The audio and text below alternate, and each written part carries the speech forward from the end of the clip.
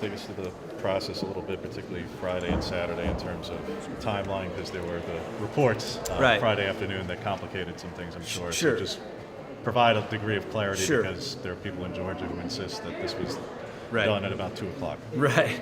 Well, obviously, you rewind a week, and we're in this room, talking to players and making sure we get them situated, because Mario's telling them that he's leaving, and our priority was to get them settled, to find an interim coach, and put together a plan to make sure those young people have a great bowl experience. So we cranked it up on Tuesday, and then you spend the next few days, getting interviews scheduled, doing Zooms, doing all kinds of background check. You lose track of time, and then, as you said, on Friday and Saturday it comes down. So for us with Dan, it was a funny story actually. So late Friday night, I reach out to Dan, and we've been talking off and on throughout the day, and then we just start getting down to the details, the final few questions, and then he was in the middle of a recruiting weekend at his current job, but just always accessible. So then we started to talk to his representation, but they happened to be in Memphis. And if you remember Friday night, there's a tornado coming through Memphis, so they were in a bunker. So we got the initial conversation started Friday, but then they couldn't communicate because of the bunker, and so then we picked it up early Saturday and just hammered out the details. In terms of the terms, I know it'll be to the board tomorrow, but in terms of years and dollars? Yeah, we'll do it at the board tomorrow. What did you see in a coach that hadn't had any head coach experience to feel comfortable this was the right guy? Yeah, I mean, obviously he has some really unique experiences in a blueprint that's proven successful in college football. And I think at the end for us, he articulates a clear plan that kind of has three things. And there's alignment between strategy and culture, which is really important, and he knows how to add the right people and talent and then put all that together at the end of the day. And he's been a part of really high-level championship programs. It's the first time since '77, Rich Brooks, that you've hired a defensive-minded head coach. I know you haven't made all of those hires, but was that just happenstance, or was that No, we wanted to find the best leader for Oregon football.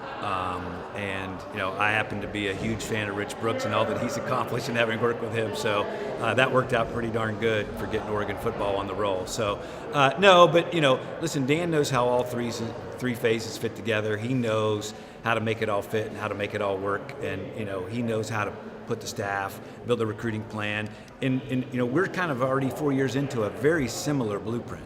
There was that letter that was signed by the 14 Duck football alums talking about the Oregon way and not wanting the program to lose its identity. Have you had any conversations with them since you received that letter last week? What was their role in some of this process and the discussion about getting to this point? Well, you might imagine I received a lot of input, not just one letter. So I received a lot of emails from all different constituents, fans, donors, current players, players' parents, former players. And so I did talk to Joey last week. He sent me that letter and shared his passion with me, and talked to some others as well. And so I think everybody wants the same thing, right? They want Oregon football to be successful. They're very proud of what they've committed to this program, the success that we've had, and we all share that same goal. Did you feel that what they were asking for was at least reassured, if not alleviated, when Dan was hired? Have you had conversations with them? Yeah, since? I mean, I talked to a number of them after, and everyone seems really pleased. I've talked to current players, players' parents, former players in different capacities, and everyone's thrilled about what Dan brings to the leadership of Oregon football. Rob, what happens with the $9 million from Miami, and if really effectively 10 because of what Mario earned, but you're not paying out? So where does that get allocated? How is that appropriated? Yeah, it gets allocated to our department. There's a lot of transition costs, so that's obviously not free and clear. We may have some buyouts to pay for coaches and staff that we don't retain. Obviously, all the transition costs of buyouts we may have to pay, moving expenses. So I'm not quite clear where it'll net out, but coming out of the pandemic, we can use whatever net revenue we can gather. But does that go, was that going more to departmental first before, is that at Dan's disposal basically? No, we don't. That's not how we monitor our funds. Okay. We everything is in the athletic department revenue and athletic department expense. expenses. Obviously, we allocated accordingly. We're making a significant investment in football, as we always have, and we will continue to do that. Who is still on this staff right now? Specifically, I ask about Alex Mirabal and Aaron. Obviously, we saw Aaron Feld, but there's obviously been the reports that they have been, well, Alex was actively recruiting in Miami. Yeah, he was, but Alex asked, he has a real commitment to his student athletes. He has a great connection, and he wanted to finish out what he started with this group, and we welcomed him back to coach for the bowl game. So I think everybody's, I'm just thinking bowl game-wise, the staff is extremely committed to finishing the season, the commitment they made to the student athletes. We were able to go to the Fiesta Bowl, but it wasn't a true bowl experience. And so we're a year into a process of trying to get back to normal and these student athletes to have an experience. So, Ken Wilson, got a tremendous opportunity at the University of Nevada. He's staying through. Coach DeRuiter, Coach Yates, they're all still here coaching these young men through the bowl. Is there anybody who from the staff be here that you're aware of? For the bowl? Yeah. Off the top of my head, I don't know of anybody that's, I think everybody's here coaching. There's been some discussion of pushing the early signing period to another date. As someone who's gone through that, Well, listen, with recency bias, I'm not sure I can give you a good strategic answer. I will say that obviously this cycle, and maybe a part of it's the shortened season last year and the financial challenges. So we at the right time, we probably ought to step back and assess, because there's no doubt that it had some impact on earlier firings.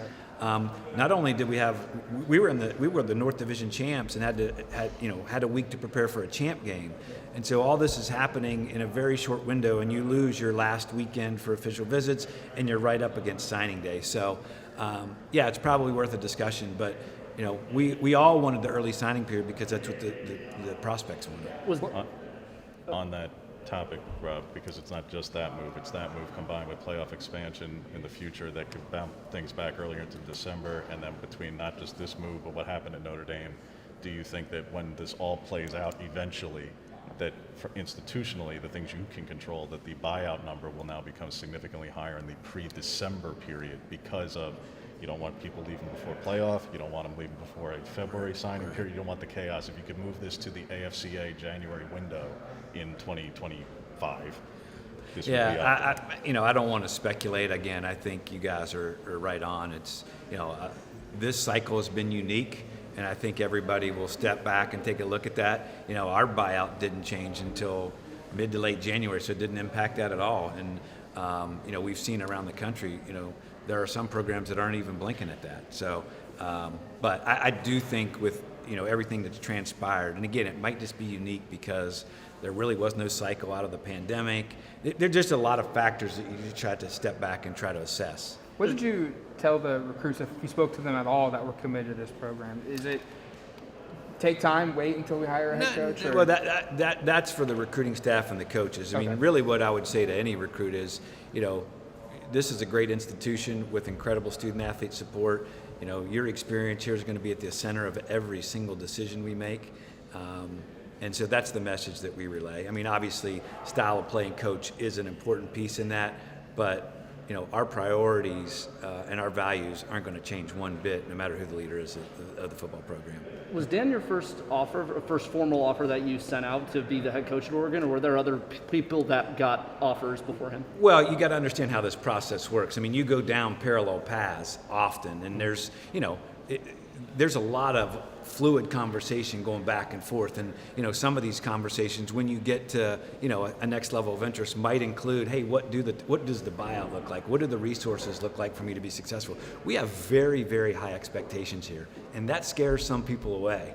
And so you can go down a path and get into some of these conversations, but when you get down to the real nitty gritty, we negotiated through a contract with one person. There's been a lot of discussion this week about the concept of premier jobs and whether or not the purpose of sticking around a place for a decade plus is even possible anymore, with guys like Lincoln and Brian moving around the college world. I'm curious if you think that the paradigm has kind of shifted here a little bit, where there maybe shouldn't be as much of an expectation that you're going to have somebody around for 20 years anymore. Yeah, I mean, listen, continuity is a strategic advantage. It really is, but only if you're having success. I mean, continuity without sustained success means nothing.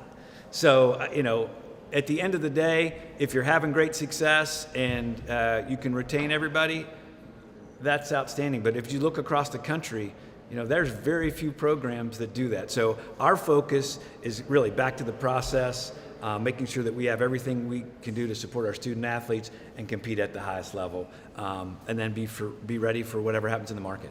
If like stipulations and expectations are something that could potentially like scare somebody away, are those similar expectations and stipulations that are in Dan's contract and expectations? No, they weren't. I'm not talking about contractual stipulations. I'm talking about just performance expectations. That's what I'm talking about. I can tell you this. Every time I told Dan about an expectation, he was like, "Yeah, mine's higher." Yeah, I mean, we were absolutely on the same page, and the enthusiasm, whether it was 2 a.m. and I said, "Keep your phone close," he embraces high expectations, and that's a marriage here. You may have answered this, but when Coach Cristobal announced he was leaving, was Dan Lanning on the radar, or when did he first become on the radar? Dan Lanning was absolutely on the radar from day one. You always have a list, and we're in conversations nationally with college football. It was, everybody could see what Dan Lanning, it was a historic defense. I mean, they average giving up less than 10 points. And so when you work in this business, you're connected with what's going on nationally, and Dan Lanning was on the radar.